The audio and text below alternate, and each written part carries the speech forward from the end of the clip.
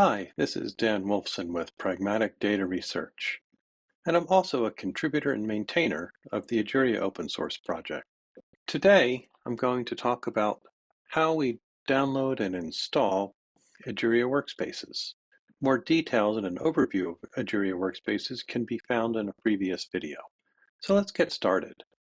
If we start at the Egeria website, egeria-project.org, and then we can navigate from there into Try Egeria, and you can see that Egeria Workspaces is under Running Egeria in Containers. If we click on that link, then that takes us to the Egeria Workspaces repository in GitHub.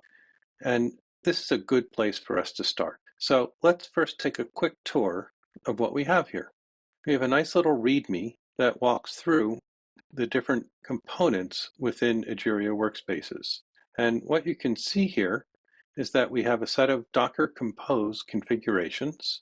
One's called Egeria Quick Start, and there's also some optional associated runtimes, and we'll talk about that more in a little bit later. We have some file areas called Exchange that allow us to exchange information between our different containers, and then some runtime volumes where we'll put the runtime information so that we can externalize that, and it's not locked up inside the containers, making it easier for it to back up and move around. There's an area called Work, which is an area meant for you to put your work in. Similarly, there's a Workspaces here, and this is an area where we've provided a set of samples and examples and Jupyter notebooks that help you to get started. So that's just a quick tour. Let's take a look at the files. So up here we have the Compose configurations, Exchange, runtime volumes, workspaces, and then the usual stuff that we have in here around an environment, around a repo. So if we open up Compose configurations, then you can see that we have this Egeria Quick Start. And within this Egeria Quick Start are the contents of what we need to do to set up the Egeria Quick Start application, which is really set up by a set of Docker Compose scripts. And so what we're going to do today is we're going to download this repo, and I'll show you how we can start Egeria Quick Start, get that up and running, and maybe run a little test. So what we can see is that in Egeria Quick Start, there's in fact 4 different sets of components that we're going to lay down and install. There's Egeria, Kafka, Postgres, and an open lineage proxy. Egeria is going to be installed on port 9443, Kafka on 9192, Postgres on 5442, and the open lineage proxy is going to be using port 6000 and 6001. So that's a quick overview, and let's move back up to the top level. As many of you are quite familiar with, there are 2 ways for us to download this repository. One is we can use the git clone command over HTTPS, and another is that we can just do a download the whole zip file and unzip it in our environment. For our purposes, I'm just going to go ahead with the GitHub approach, and we'll move over to our terminal window in a blank directory where I want to put it. We'll say git clone and then paste in. And now it's going to go and fetch the repo. Takes a bit of time, but there's a lot here. Now, while it's fetching, let's take a quick look at our Docker environment, because we're going to have to be setting this up to run in a Docker environment. So you first need to have Docker installed within your environment. If you don't already have a Docker compatible runtime installed, you can either go to www.docker.com/getstarted and install Docker, or you can go to podman.io and install Podman. As you can see, I have a Docker desktop, and currently it has no containers that are running. So that's what we're going to be using here right now. Okay, our repo downloaded, and now we can take a look. There it is. We can cd into that directory, and there's the top level files. So for us to start the Egeria Quick Start environment, we have to cd into compose configs and into Egeria Quick Start, and here's the same files that we saw before. Now, all we really need to do is we say docker compose, then -f, the name of our compose file, which is Egeria quickstart.yaml, up, and the first time, and really we only have to do this when we want to rebuild some of the components, we say dash dash build. Now the dash dash build is going to cause two of the components within our compose script to get rebuilt.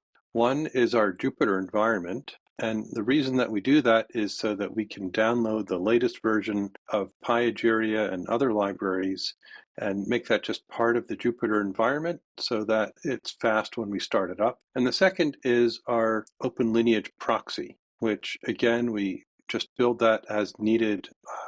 It usually only has to get built once. We don't often have to rebuild that. Everything else, we will be pulling images off of either the Docker Hub or Docker image stores. So now we're going to get this going, and this is going to take quite a while. It's going to take 10-15 minutes because it's doing a lot. It's pulling the Egeria image off of Docker Hub, and then it's going to be pulling, in this case, I don't think I have to pull Postgres because I already have the Postgres image and I already have the Kafka image within my Docker environment. But if you don't have those already, it's going to pull those as well. So while this goes on, we will take a pause and come back to it when it's done. Talk to you in a minute.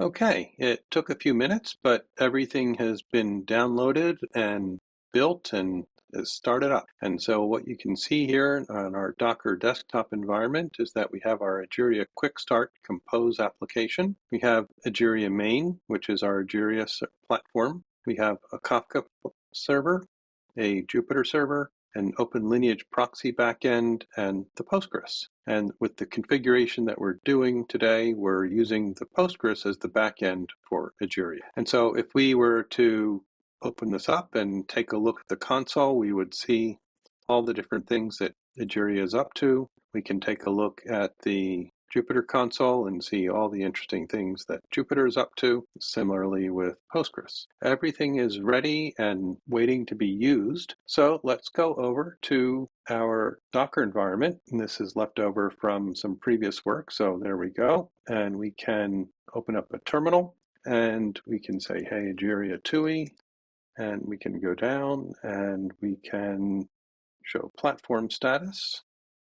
And there's our platform status showing that we have one platform. There's the URL, the platform origin information, description, and the servers that we're running. So we're running the engine host, integration server, metadata store, and a view server. The other view that we typically take a look at is we can take a quick look, server status, and we can run that in the full version or the short version. So we're doing the short version here. And you can see that we have our 4 servers that are active and ready for us to do work. We can also take a quick look at our integration daemon, which is the process that's used to, or the server that's used to integrate Egeria with other things. And so we're going to show integration status. We can see, in fact, that we have pre-configured here that we have an Open Lineage server running and we have all of the Unity integration daemons running. Similarly, we can take a look at our governance actions and other things. So everything is running perfectly, but what did we run? That's what we're going to take a look at now. If we go back into Git and we take a look at Egeria Quick Start, and as I explained before, we have a nice little overview in the README here. So the key thing to look at is this Egeria quickstart.yaml file. And for those of you that are interested, we can take a quick look at this. For those of you not interested, you may want to skip this part. This YAML file basically describes how to set up our Egeria environment. And what it does is it first sets up our Jupyter Hub, then it sets up our Kafka, our Open Lineage proxy, and then Egeria itself. And then Postgres finally, sorry. What you can see is that they're all cross-mounting the directories in this. So this volumes area is specifying which volumes are being mounted into which containers. And again, you don't have to change any of this. I'm just going through this so that you can see how you might want to tailor this to your own environment. Okay, so the volumes are set up here. All of the containers are communicating through an Egeria network that we're defining right here. It's just a bridge network. You can also see by default, what I'm doing is I'm pulling the latest Egeria image. And so that means that if you just leave it like this, by default, you will be working with the version of Egeria that we currently have in development. If you would rather work with the stable version, you can comment this line out and uncomment this line and use the stable version, and that'll use the released version of Egeria. So that's a quick tour. Just a couple other quick things here. You can see that by default, we set up a startup set of servers. And so these configurations are pre-done.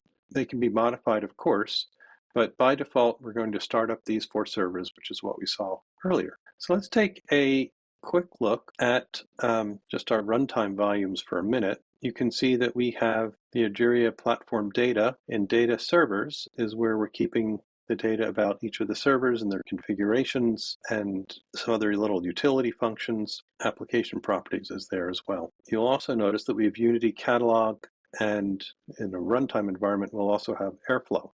So you can see that in our runtime volumes, we have information about the different runtimes that we're starting. If we go back and look at our compose configs, you see that we not only have an Egeria quick start, but we have some optional runtimes. And we can start up Airflow and Marquez. Airflow being a workflow choreography engine that's very popular.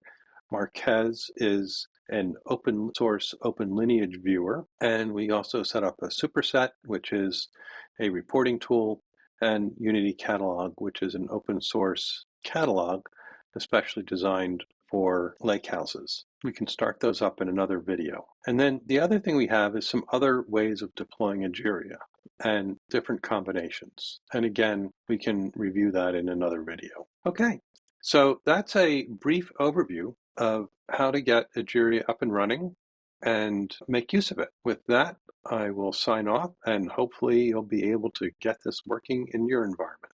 If not, let us know on Slack or send us an email. Talk to you soon. Bye now.